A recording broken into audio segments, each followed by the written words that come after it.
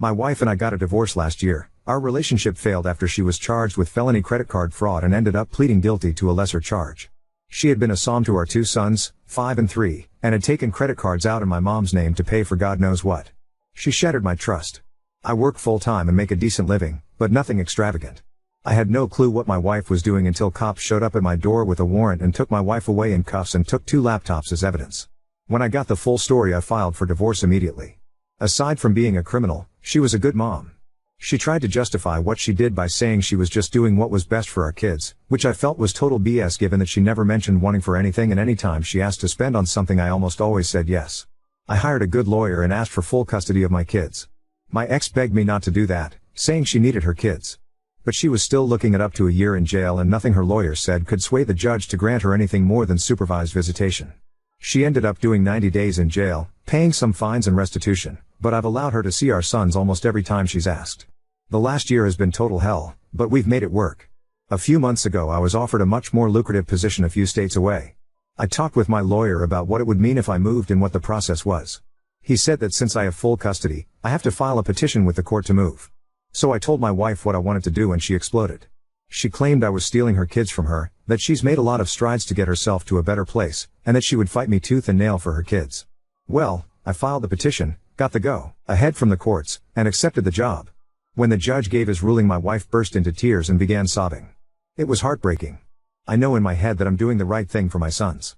They are young enough that a move like this won't be too traumatic, but I also feel like their lives have already been completely overturned and I'm just adding more to that. As for my wife, she's a wreck.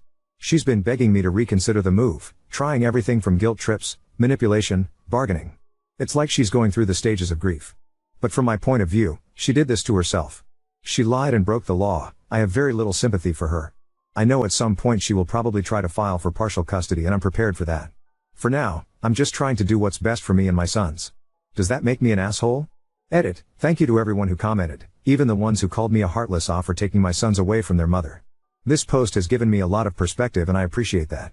A couple things I want to clear up that I keep getting asked about that I wasn't able to include in my original post. The area my sons and I live in is a smaller community. Not everyone knows everyone small, but close. The crime my ex committed was news here. It was in the paper. People know about it. I get weird looks when I'm out in public. People have stopped inviting my sons to birthday parties. I don't want my sons to be bullied and teased in school about their mother being a criminal. I am not going to permanently alienate my sons from their mother. I will make sure they are able to talk and FaceTime with her whenever they want. I will be the one who makes the drive back in order for them to see her until she is able to make arrangements to allow her to do so. I will continue to work with my ex to make sure she is included in things like birthdays and holidays. I know my sons and I will all need therapy from this. There is not good mental health help available where my previous job is. My new job offers on-site childcare and I will have access to counseling and therapy for myself and my sons that we would not have access to without moving. The schools near my new job are head and shoulders above the ones near my previous job. If my ex gets her life back on track and is able to move closer to us, I'm all for it. If she does the things she needs to do in order to petition for shared custody, I don't intend on fighting her for that. But until she does that, I will not allow her anything more than the supervised visits ruled by the court. I will also not ask for any of the court-ordered child support. We won't need it. To all the people who screamed, but she's their mother. Yes, and she always will be. And I remind my sons daily that their mom loves them very much and that she wishes she can be with them like before. I am angry and resentful of my wife, but I work very, very hard to not let any of those feelings impact my sons and their relationship with their mom. Lots of comments from Oop, so a quick explanation of what the ex did. Oop, she took out multiple credit cards in my mom's name after getting her SSN somehow. Racked up about $30,000 before she got caught.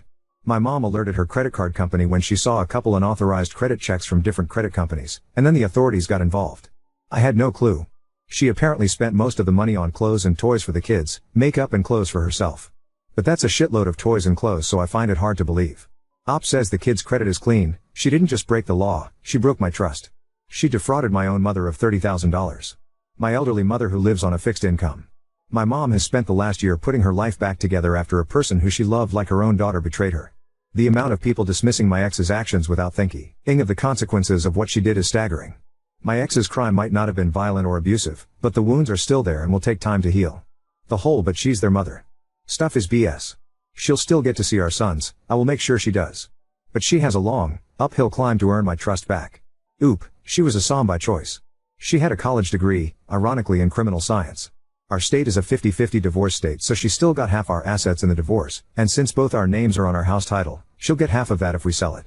I'm no lawyer, so I don't know what identity theft does to one's credit rating, but I imagine it doesn't help it. She's not completely destitute. If she is allowed to move closer to us, I will welcome that and continue to work with her so she can be in our sons' lives. Oop, she was obviously very caught off guard. No one saw this coming. She had to go through so much BS to get her credit cleared up, get credit charges nullified, try to rebuild her credit. She wanted the book thrown at my ex and cussed out the prosecutor for offering a plea bargain. How his mother is doing now, barely getting back on her feet. She's on a fixed income, so this really put a strain on her. I will probably have to step in at some point and help her. Yet another reason I want to take the new job and increased pay. Oop, in our state her original charge was felony grand theft. That carries a 15 to 25-year prison sentence. She got a plea deal from the prosecutor that dropped it below felony level, mostly because it was her first offense. Oop, I don't know her full financial situation. I know she's working a couple part-time jobs and has a small 2BR apartment. Whether or not she could move I don't know. She's under probation, so she'd need to apply to move anyway. My new job pays over twice what my previous did. It's a huge opportunity for me to provide a better life for my sons. I don't want to sit around here and wait for my ex to get her shit together. Oop, I do not intend on isolating my sons from their mother or preventing her from seeing them. But I also will not allow anything other than court-approved, supervised visits. FaceTime and all that stuff. I will work with her to make sure she gets to talk with them. But there will be no weekends at mom's place until the court gives the okay. I'm not saying I believe she will try to run away with my kids, but I also never believed she would defraud my mother of $30,000. Oop, she spent the majority of it on makeup and designer clothes. Oop, I haven't put too much thought into that part yet, but I do not intend on completely isolating them from her. If she can figure out a way to see them, I will not prevent that. I imagine holidays will be something we need to figure out as well. But like I said, I do not intend on preventing her from seeing our sons. She's court ordered to pay child support, but so far I haven't seen a dime and I haven't asked. You may need to think of it. If she is on probation, she may not be able to come to you, and frankly, I'm not sure she'll be able to afford to travel to you anyway, as she was a SOM. I'm not saying that you aren't doing what's best for your kids, but I feel like you are just screwing your ex because you're hurt/angry/sad, all totally valid feelings, about the situation. And using your sons in the process.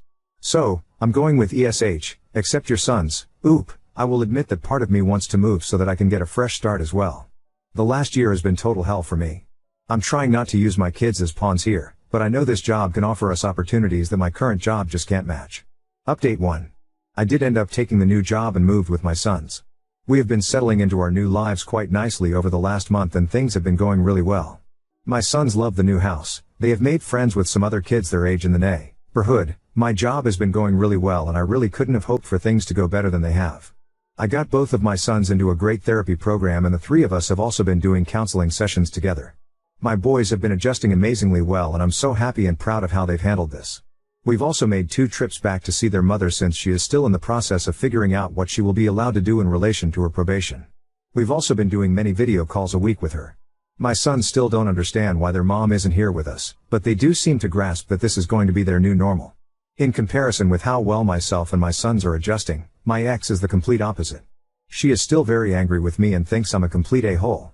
She's frustrated with the process of going through the courts to be allowed to move. She's frustrated that I'm not willing to drive our sons back to see her as often as she'd like. She feels she's being marginalized in their lives and that I am pulling them away from her.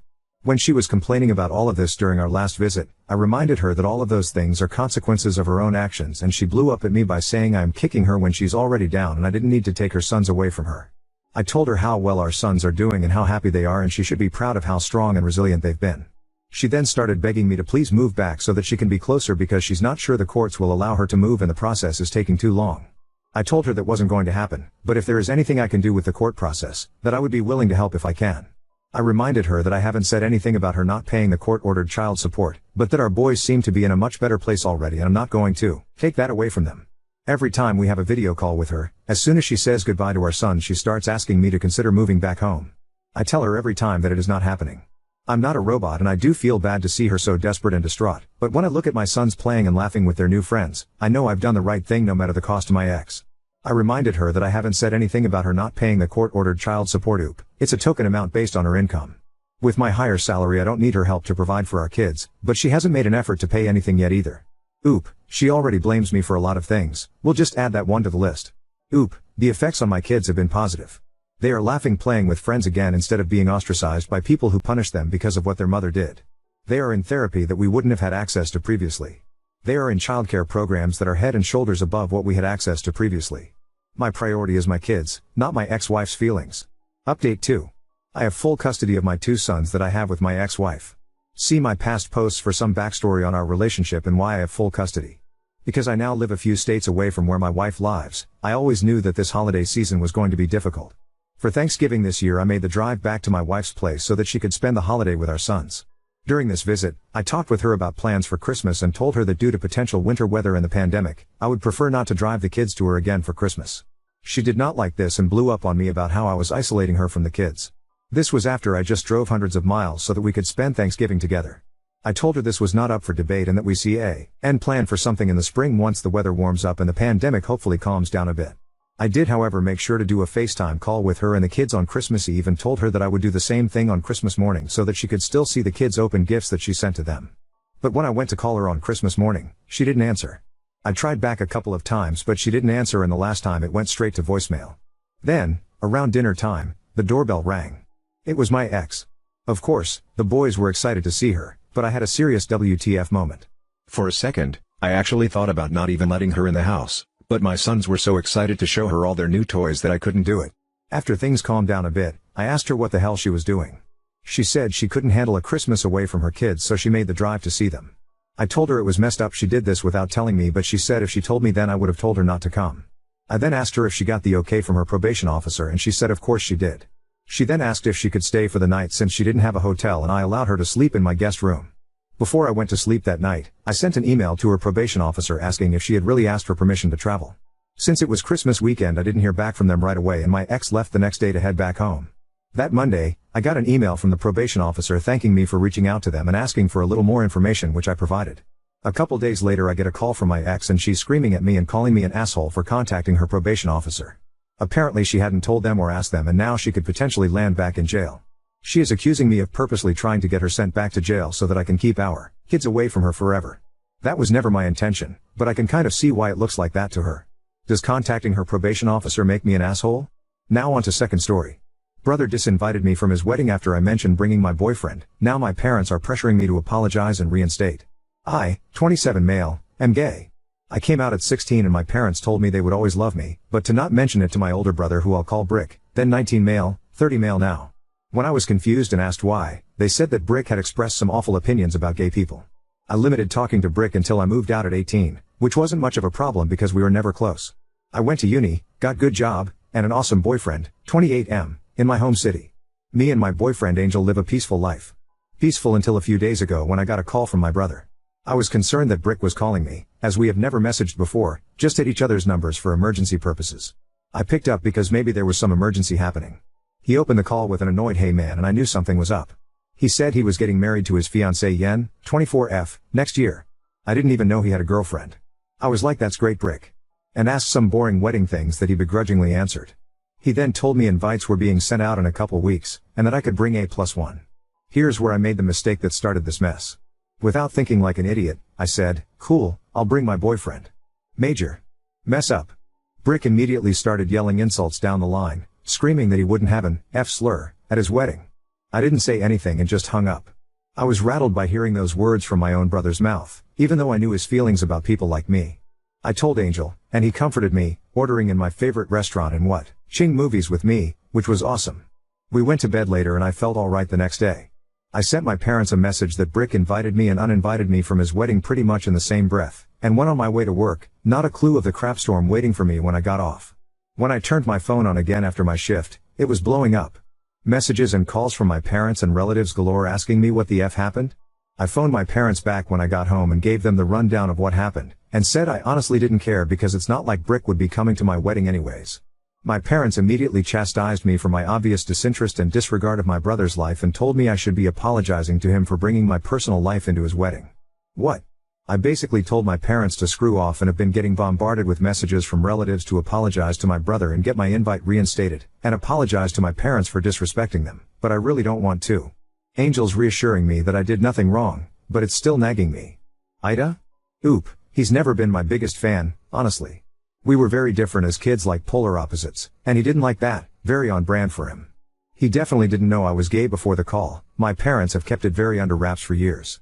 In terms if he was being forced to invite me by my parents, I really have zero clue. Update 1.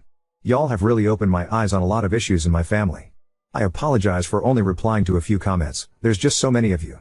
Big shout out to all the people who gave compliments to Angel. I showed him this post last night and he thanks you all. I've been showing him lots of love because he really is an angel. And to the people calling this fake, AI, cliche and whatnot, I hate to break it to you all, but this is just my life. It sounds cliche because this is the sort of, all too real thing that happens to many people in the community. Just move along if you want to say that stuff, because you're honestly just wasting your time. One of two things I would also like to address is people questioning me about thinking I could possibly be the I in this situation, and all I can say, is that when you have a mass of people telling you you're wrong for what you did, it's hard to not maybe believe them just a little bit, no matter how absurd it is. Second thing, for people wondering how no one in the family knew I was gay, I really was never / am not close with my extended family, as they all live in different provinces, and my immediate family never traveled. We really just send each other holiday and birthday messages, and have brief conversations whenever those are sent, and I just never had the urge to come out to them. Anyways, onto the update. I decided I didn't want to let this sit for any longer. I took a day off work, and I added my parents, Brick, and all the family that messaged / called me into one big group chat, per one advice I saw here. I laid out everything that went down to them, in case they were told a different story by my parents and brother. I told them that I was going NC with my parents and Brick no matter what, and if they didn't apologize and realize what they did wrong, or I cut them off too. I turned my phone off and continued on without it for the rest of the day. Once I turned my phone on again, I had lots of messages from them. My parents were outraged, and Brick said nothing. Some of my extended family apologized and told me that my parents just told them I was mean to Brick about some of his wedding plan choices which got me uninvited. Still trying to wrap my head around how stupid that is. Seriously think my parents might be Neanderthals. Anyways, the real story made others even more angry and more insistent that I apologize, and they were promptly blocked. I didn't answer any of my parents' texts / calls and be locked. I feel like I have a weight off my shoulders. I'm not concerned about my parents showing up at our apartment, as they moved away from my city last year. Me and Angel are planning a lovely trip, per advice of a lot of people that we thought was great, to France to visit his family during when the wedding will be taking place, which I'm very excited for. I've heard nothing but good things about them.